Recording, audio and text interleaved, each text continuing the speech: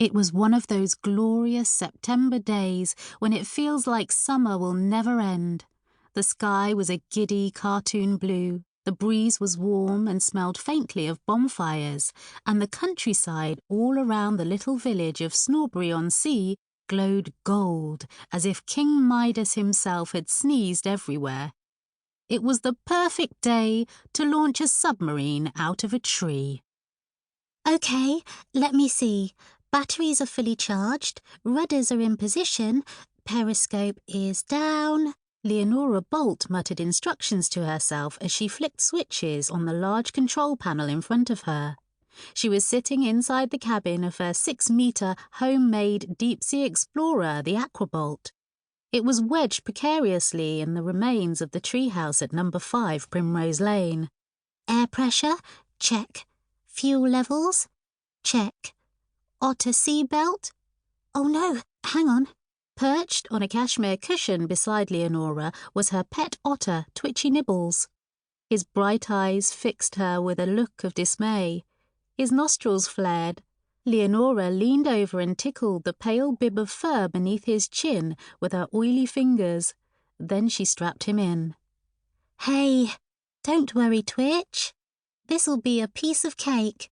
Twitchy let out a low, harumphing growl and buried his head beneath his paws as Leonora completed her last-minute inspections.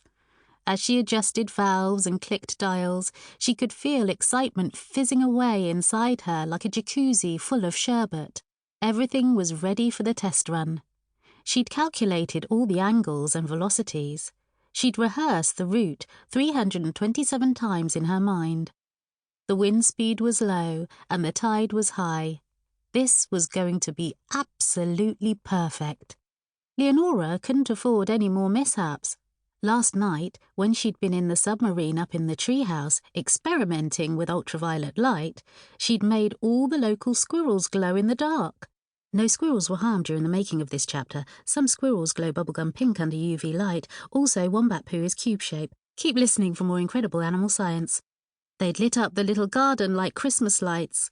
Of course, she'd turned the UV off again the moment she'd realised. But what if the neighbours had seen? It was a silly mistake. A close call. She had to be more discreet.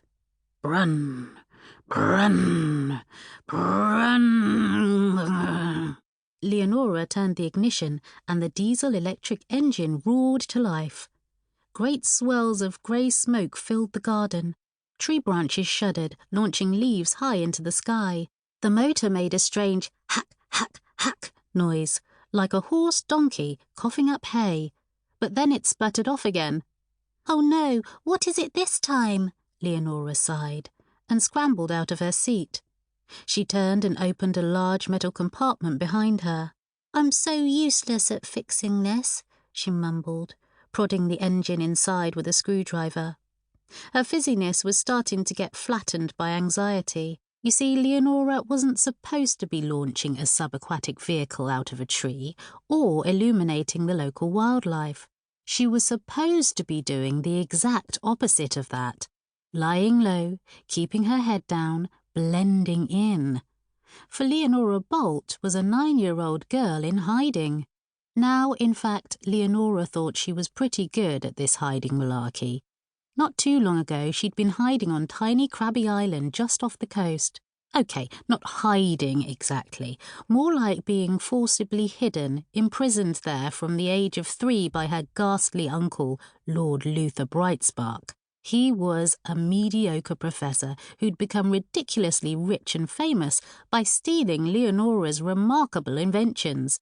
And he'd stolen her parents too, so that Leonora had grown up her whole life thinking she was an orphan.